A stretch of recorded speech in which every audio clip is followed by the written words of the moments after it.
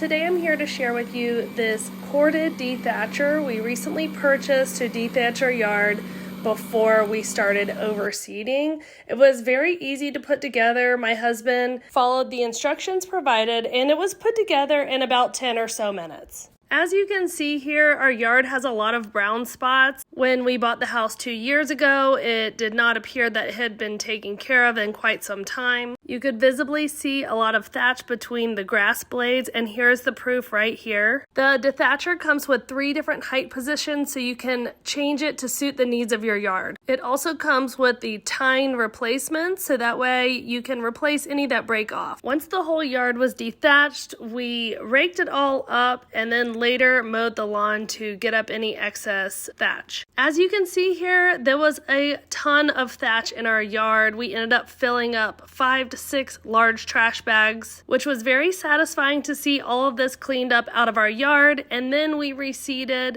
and now we already have new grass growing into our yard where all the bare spots were. We were hesitant in making this purchase, but after dethatching this yard and the progress we've made already, we're so happy.